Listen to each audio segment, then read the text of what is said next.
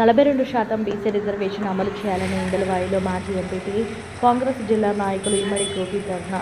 బీసీలకు 42% రిజర్వేషన్ అమలు చేయాలని డిమాండ్ చేస్తూ నిర్వహిస్తున్న రాష్ట్ర బంద్లో భాగంగా నిజామాబాద్ జిల్లా ఇందలవాయి మండల కేంద్రంలో కాంగ్రెస్ సీనియర్ నాయకుడు ఇమ్మడి గోపి ఆధ్వర్యంలో ధర్నా నిర్వహించారు.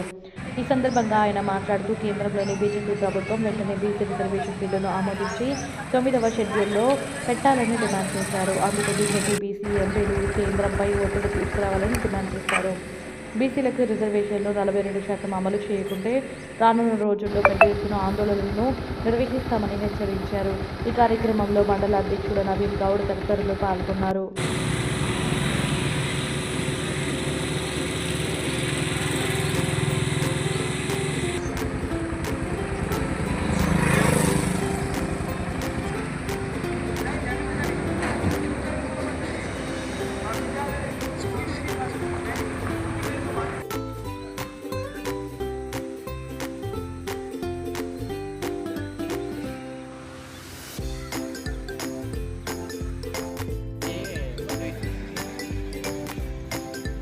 అంటే వాస్తవానికి అప్పుడు మధ్యాహ్నం కంటే చాలా అయితే పెద్దమ్మా లక్ష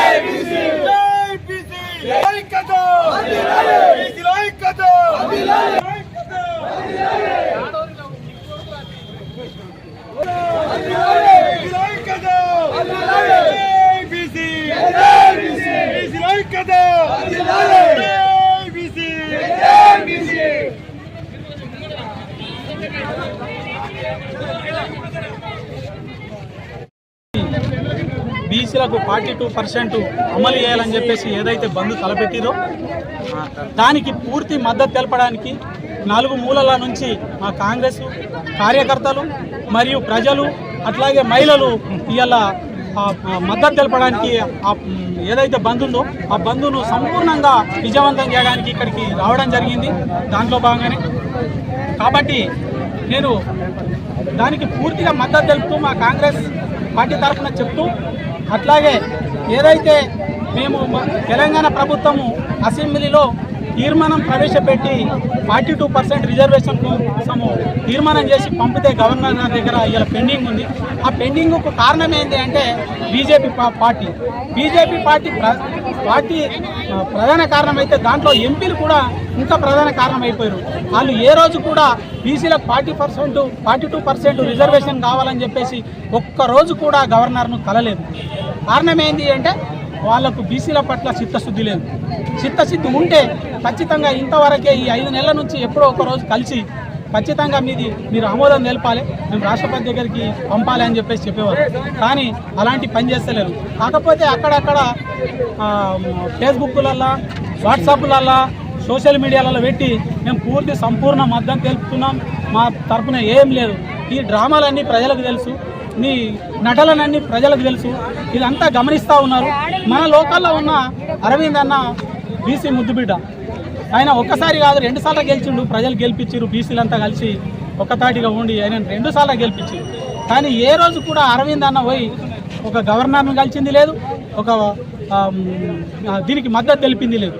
కాకపోతే అక్కడక్కడ సోషల్ మీడియా వగైరా దాంతో ప్రచారం చేసి ప్రజలను నమ్మించడానికి చూస్తున్నారు. మీరు వెంటనే అరవింద్ అన్న మిమ్మల్ని ఒక్కసారి కాదు 2 సార్లు గెలిపించారు, మీరు బీసీ ముద్దుబిడ్డ అని చెప్పేసి అరవింద్ అన్నకి నేను చెప్తున్నా, ఎంపీవి నువ్వు నిజామాబాద్కు, నువ్వు వెంటనే గవర్నర్ దగ్గర కూకొని మాకు 42% రిజర్వేషన్ వెంటనే నువ్వు ఆమోదం తెలపాలని చెప్పేసి గవర్నర్ మీద ఒత్తిడి చేయాలి.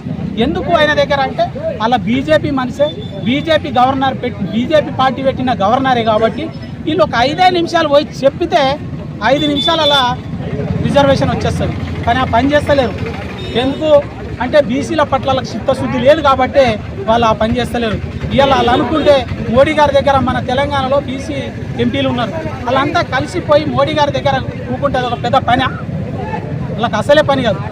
ఎందుకంటే వీళ్ళు మనసులో అనుకుంటలేరు, మనకెందుకులే ఓట్లు వేసిర్రు అయిపోయింది అని అనుకుంటున్నారు. కానీ మీరు బీసీల ఓట్లతోటి మీరు గెలిచిర్రు, మళ్ళొకసారి గెలవాలన్నా బీసీలలో మీరు తిరగాలన్నా మీరు వెంటనే 42% రిజర్వేషన్కి మీరు మద్దతు తెలిపి దాన్ని ఇంప్లిమెంట్ చేయాలి. 9th షెడ్యూల్లో పెట్టించి చట్టం తీసుకొచ్చే విధంగా అరవింద్ లాంటి బీసీ ఎంపీలు తెలంగాణలో ఉన్నారు. వీళ్ళందరూ ఒక్క మూకుమ్మడిగా పోయి ఖచ్చితంగా కొట్లాడితే గవర్నర్ దగ్గర కూకుంటే ఇది వెంటనే అయిపోతుంది. దయచేసి ఇది ప్రజలందరికీ తెలుసు.